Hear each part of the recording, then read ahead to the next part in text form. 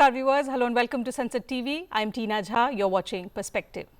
In just under 4 years since the launch of the India Semiconductor Mission in 2021, the country has moved from vision to reality, producing its very first set of made in India chips.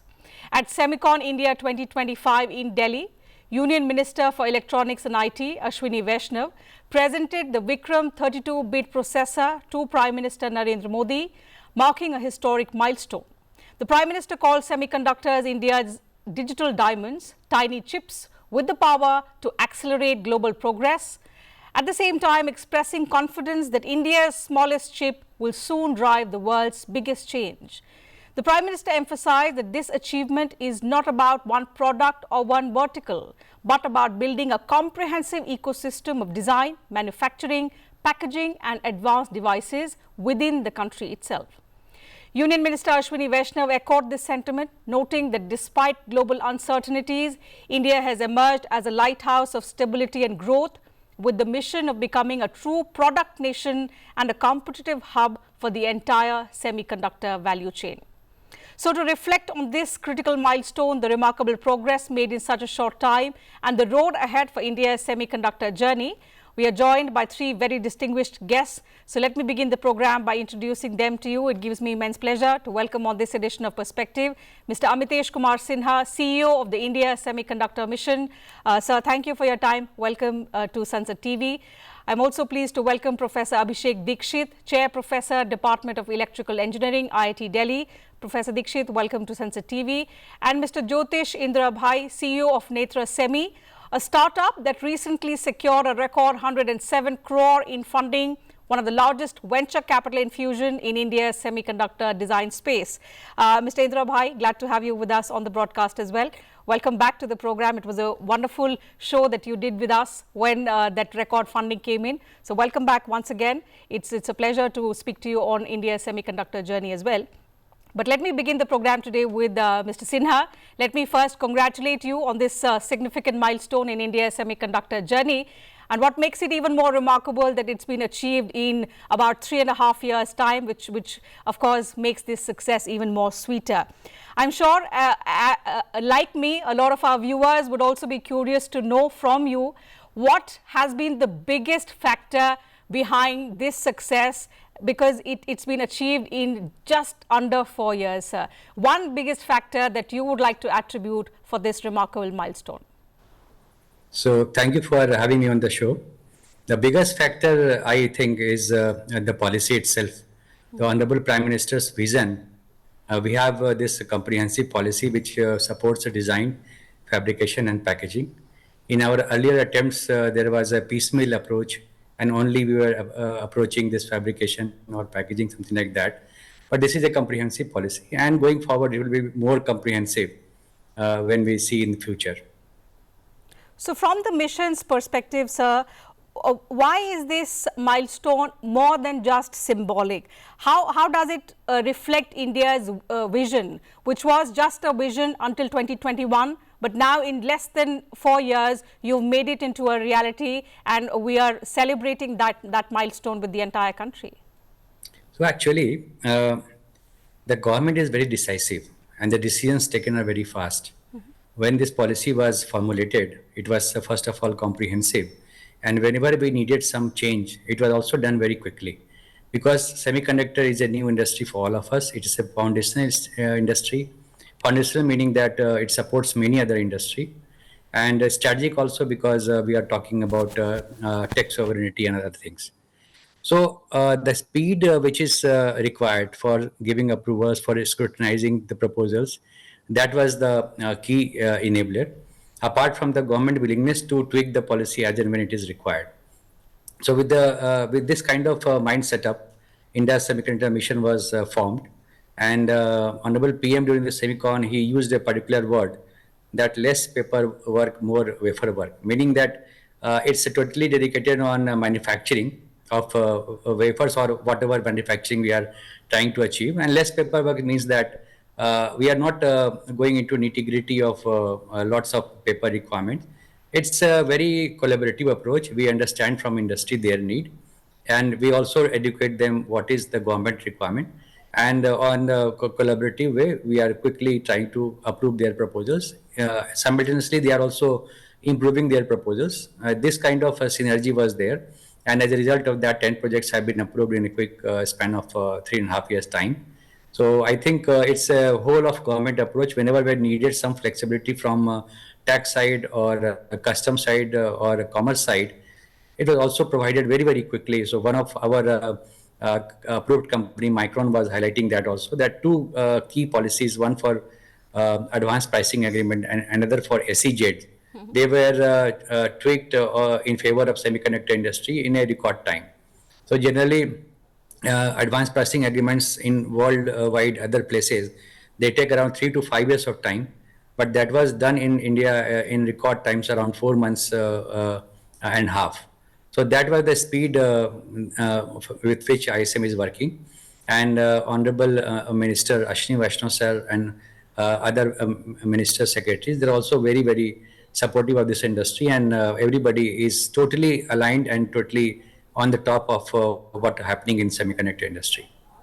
Right, and I think that's why the Union Minister for Electronics and IT also mentioned how in less than 4 years, 3.5 years to be precise, you moved from approvals to production, and that perhaps pretty much explains also India's execution capability in this high-tech complex sector. We'll discuss further about the global partnerships and the deep tech innovation that was also spoken about at the Semicon on the inaugural day of Semicon India 2025. Let me go across to Professor Dikshit now, understand his perspective on how significant this milestone means for the R&D ecosystem in the country. Professor, the first set of Made in India chips, how encouraging, how inspiring is it for the researchers and the students in our country?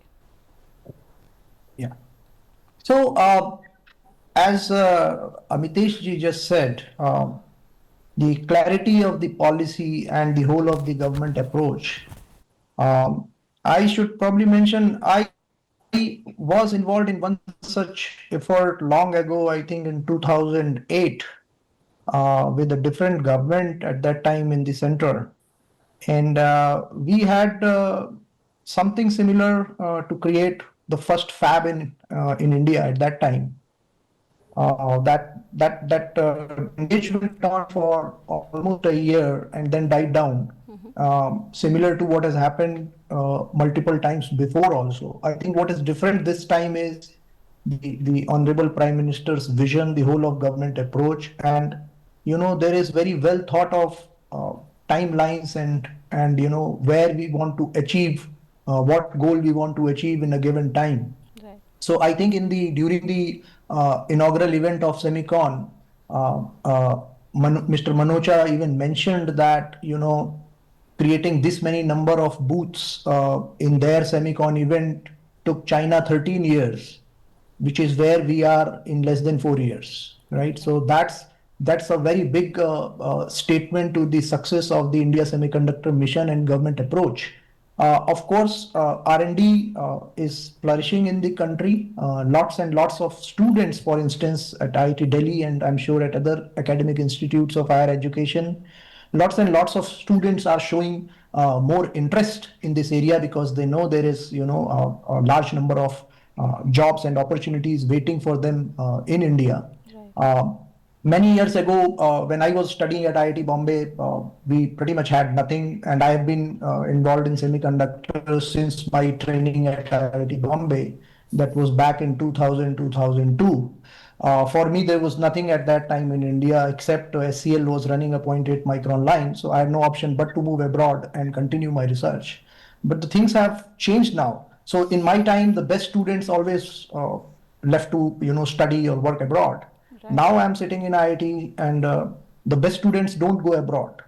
Mediocre students go abroad. The best students actually stay in India. I even have students at undergraduate level who really have this dream. They have explained to me that we want to start up a wafer foundry and a chip fabrication plant of our own. I think So students that's a are dreaming. significant statement There is coming in lots from of you, Professor R&D resources Dikshit. getting created. I think that pretty sums up the transformation that India has seen in recent decades. That speaks volumes about the confidence that perhaps the youngsters have now in the progress that we are making. That was about the students. Let me also very quickly understand from Mr. Indra Bhai about what the startups, the industry ecosystem feels about this critical milestone. Mr. Indra Bhai, as a startup leader, what does seeing the first made in India chips mean for the industry confidence to begin with, but also largely the startup ecosystem, which is now the third largest in the world? Yeah. So yes, I think Amirashji and also the professor talked about the way government is moving and how rapidly we are ramping up on the semiconductor side. So as a startup in the fabless sector, we feel extremely confident of this industry and the kind of the support coming from the government. It is consistent. I mean, even from the last government to the new government, it is consistently progressing towards supporting the startups, creating the chips from India, and also creating the most important infrastructure, which is the skill. So the creating this kind of 85,000 the skilled engineers in semiconductor sector is not a small thing. And we haven't seen such kind of energy from any kind of governments around the world to create that kind of skilling and also enabling the startups to come forward and create their designs out of India. And as Netra Semi, we benefited a lot because we were a beneficiary of both the DLI and the C2S programs.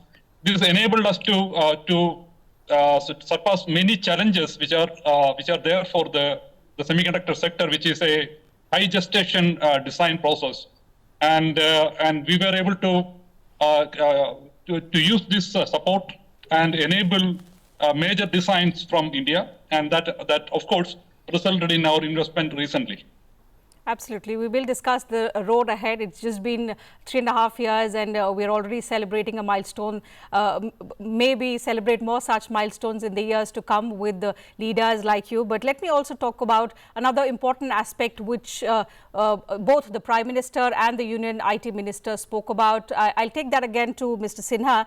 This is about India's competitive edge, and that's something that quite remarkable that we have achieved in a very nascent stage. India's semiconductor production is already 15 to 30% more cost competitive compared to the global benchmarks. This is what Mr. Ashwini Vaishnaw spoke at the event.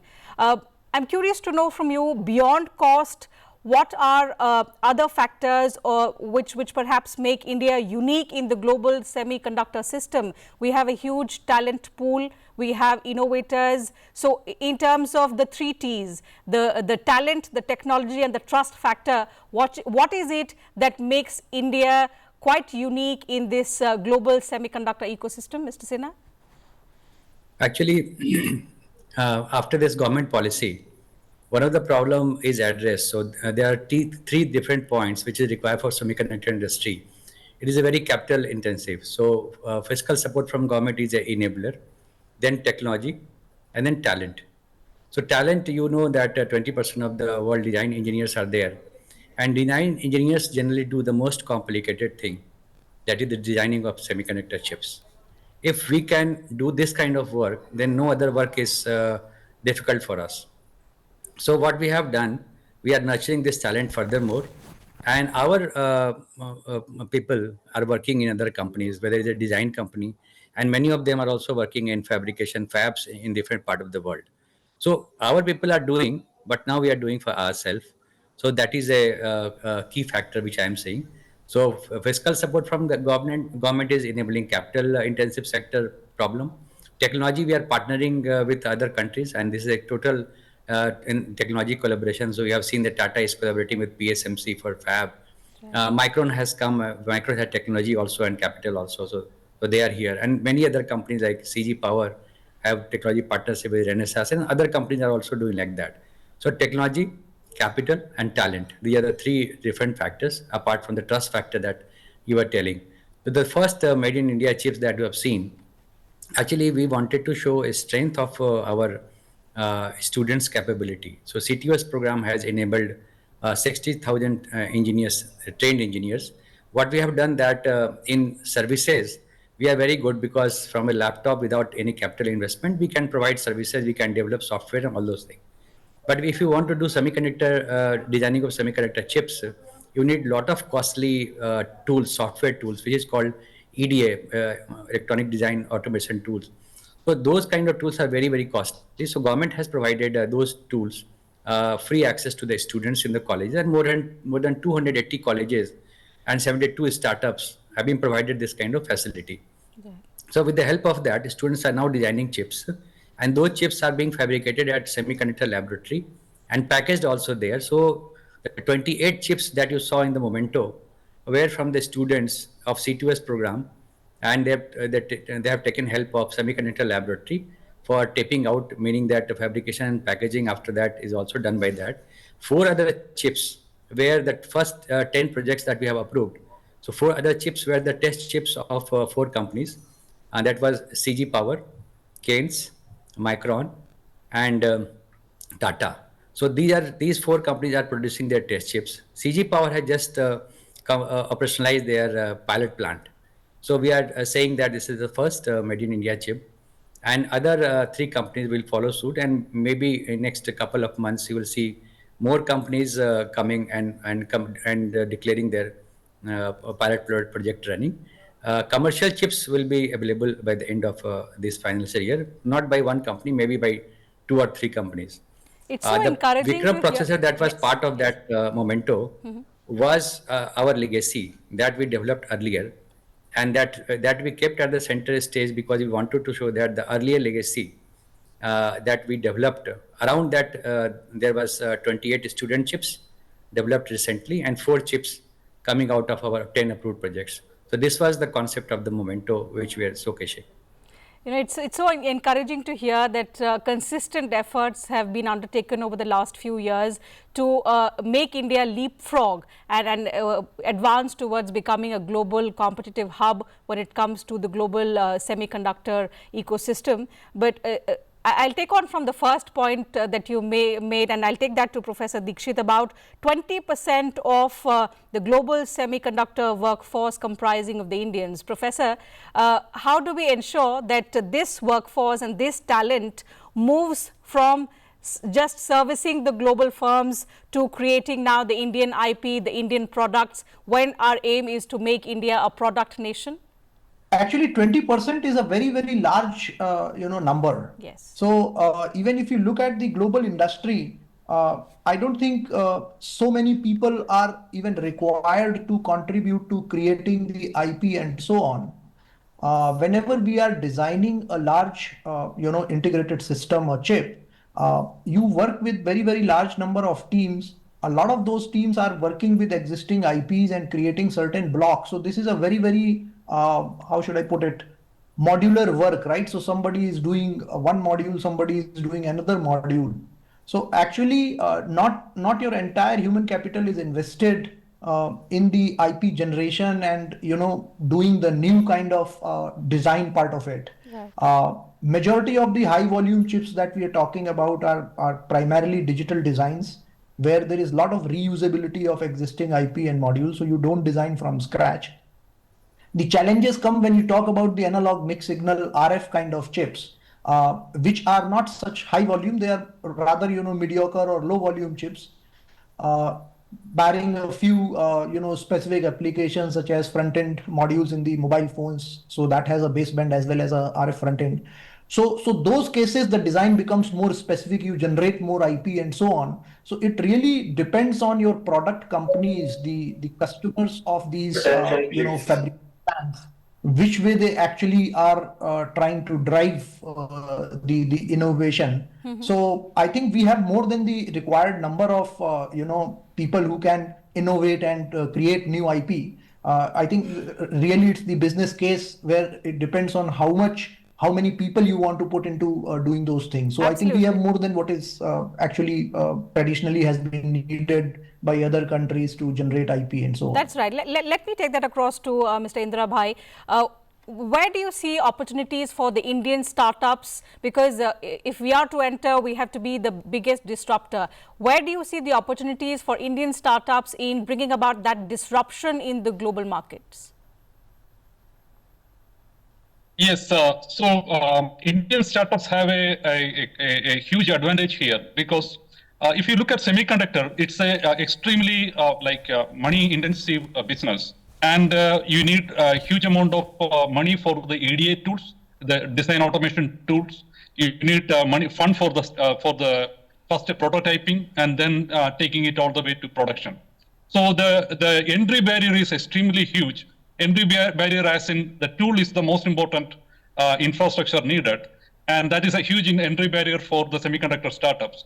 So what has happened here is the government has made the tools available to startups, and even for training students, you are making those tools available. So that way, through chip-in and those kind of programs created by MeitY, this tool availability is extremely possible today in all corners, like universities and the startups. So with this, engineers can now create new designs, new IPs, intellectual property cores, without investing huge amount of money. That is helping startups, especially who are beneficiaries of DLI and C2S. They are able to access these tools, and that is an extremely important thing. My point is, when I started this entrepreneurship journey, the scenario was not like this. For a new entrepreneur, it was extremely difficult to start a startup because you have to find a huge amount of fund which was not available, and for this kind of EDA tools and new designs.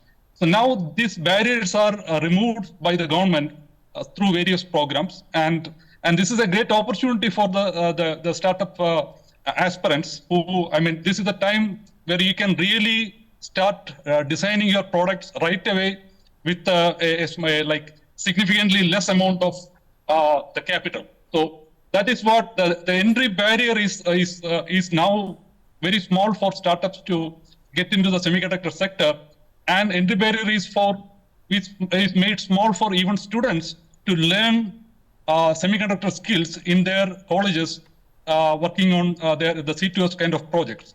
So my point here is the semiconductor sector, even though it is an extremely capital-intensive sector, the government programs have made it extremely easier for startups and the student community.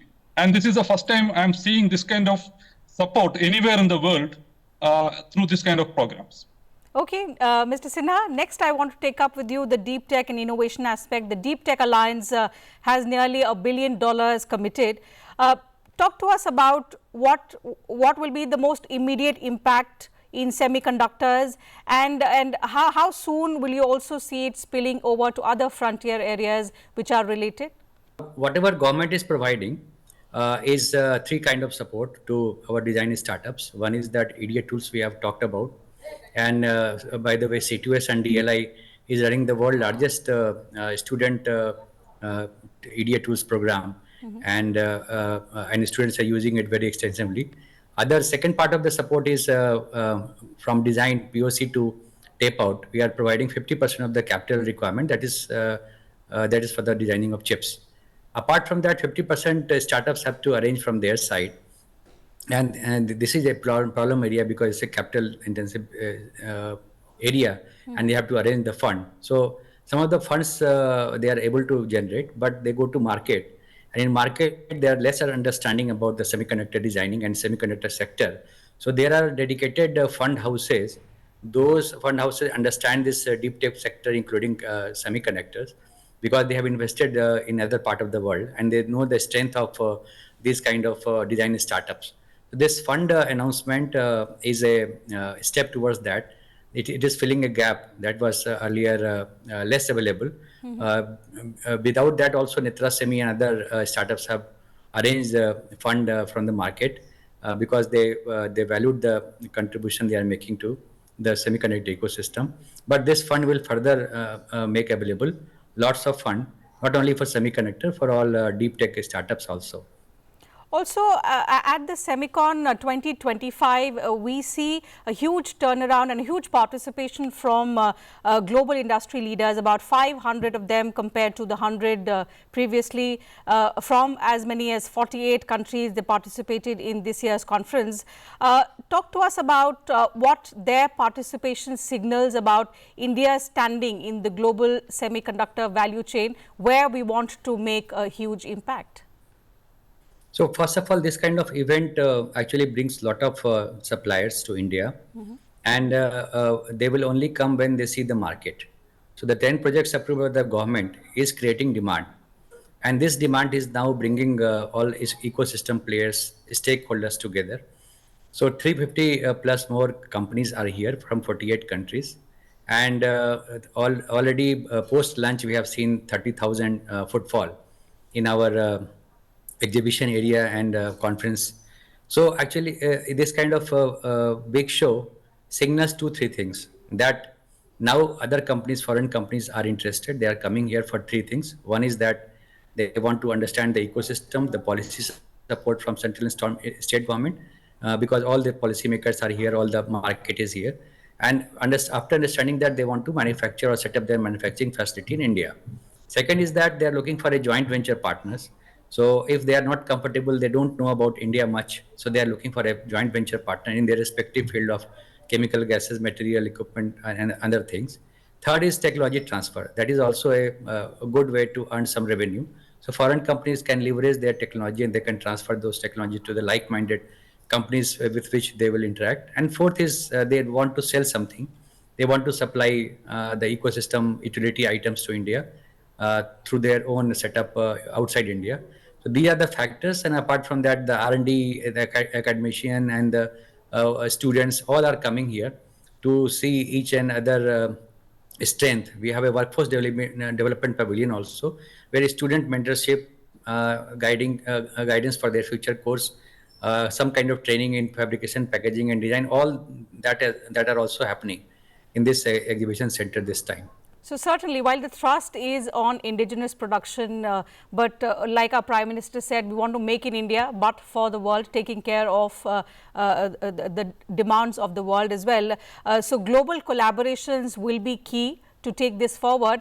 But the other collaboration, Professor Dikshit, that I would like to discuss with you is on the talent and academia, something that we touched upon.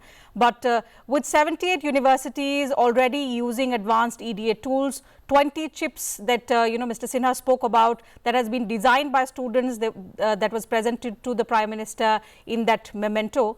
How do you see the academia, industry, government collaborations in future shaping India's semiconductor talent pipeline? I think it is very important. You have asked a very relevant question. I think the collaboration between all three, the academia, the government, and the industry is the key. Traditionally, in the academia and government have had, strong collaboration, as well as academia has had a good collaboration with industries both India and abroad. But the tri-party collaboration so far was not very common. I think it is important because the policy as well as the skill development as well as the market side of the things, they all have to go hand in hand in order for us to produce the right kind of talent, for the government to produce right kind of opportunities, and for the industry to flourish. So I think this kind of a collaboration with all stakeholders is very important. I'll take one last question. We've seen with a lot of our policies and programs that they become successful when we have a lot of participation or when we have a short-term vision to achieve, and all of us put in the best efforts to reach that goal. What is the short-term goal for the India Semiconductor Mission to have our own, say, a globally dominant semiconductor company, something like, say, an NVIDIA or a Qualcomm? Because when you talk of semiconductors, these are two global players that you think of. But when can we talk about, or when can we see an Indian company right up there? We are going to create our own NVIDIA or Broadcom type of company in design sector, because our startups like Indra Bhai, they are working very hard, and the kind of momentum you will see in future, it will very, very fast. So they are just starting, they are growing, and after a particular time, you will see that they will scale up very fast. On fabrication side, you are seeing the efforts of Tata, and packaging sides, many other companies are there.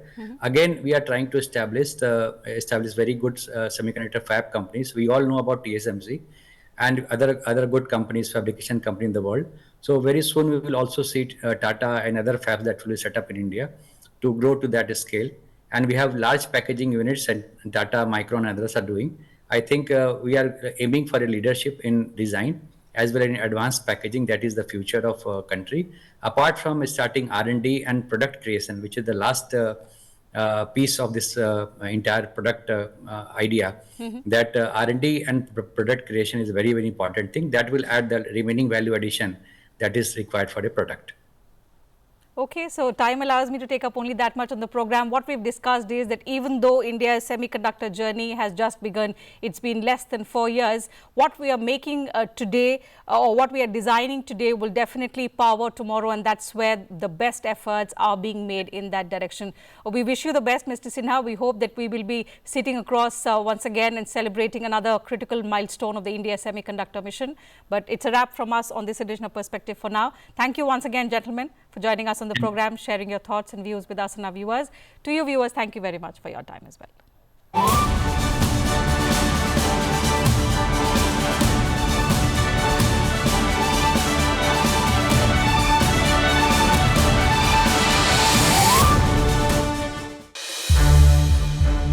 संसद TV के और भी programmes देखने के लिए subscribe करें हमारा YouTube channel और हाँ, इन्हें लाइक और शेयर करना ना भूलें।